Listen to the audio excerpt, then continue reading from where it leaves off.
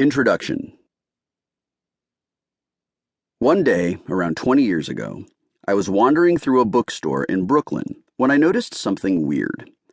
There were books about music, books about sports, books about art, photography, ichthyology, tantric sex, but few about video games. Had there been such a thing as texting at the time, I would have thought, WTF? I'd grown up during the so-called golden age of gaming in the late 1970s and early 80s, weaned on the Atari 2600, Merlin, Simon, Mattel Football, Defender, Galaga, and my personal favorite, Crazy Climber. By now, the mid-90s, we were deep into computer games, particularly the swelling wave of first-person shooters, most notably Doom.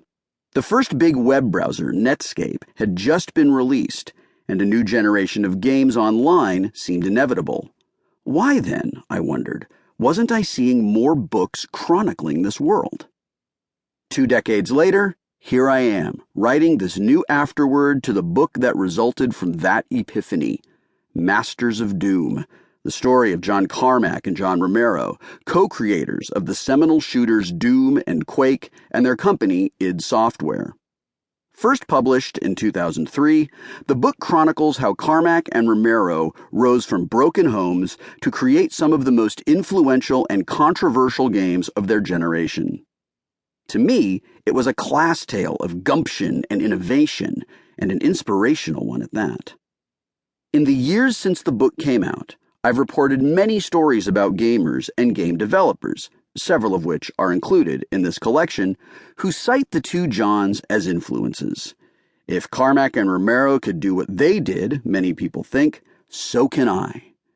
As Carmack says toward the end of the book when he tells me about their legacy, in the information age, the barriers just aren't there. The barriers are self-imposed. If you want to set off and go develop some grand new thing, you don't need millions of dollars of capitalization. You need enough pizza and Diet Coke to stick in your refrigerator, a cheap PC to work on, and the dedication to go through with it. So what grand new things have Carmack and Romero been up to since Masters of Doom's publication? As you might expect, plenty. For Romero, the original rock star of the game industry, the past decade has been lower profile but highly productive, often in ways that many of his most ardent fans and critics might not realize. When I last wrote about Romero, in the 2004 edition of Masters of Doom, he and id Software co-founder Tom Hall had moved to San Diego to work for Midway, creator of Mortal Kombat and other classic games. But before long, he was back on his own again. In 2005, Romero moved to Silicon Valley and co-founded a new development studio, Slipgate Ironworks, a nod to the teleporters in Quake. When announcing his plans, he hit back against the gamers who still took him to task for his post-id shooter, Daikatana. Hey, Daikatana's old news now, he said at the time. And the fact that everyone remembers that particular game instead of the dozens of other games I've made just shows how negatively slanted the media is. Negativity sells. He also hinted that gamers would likely be surprised to see what was coming from him next.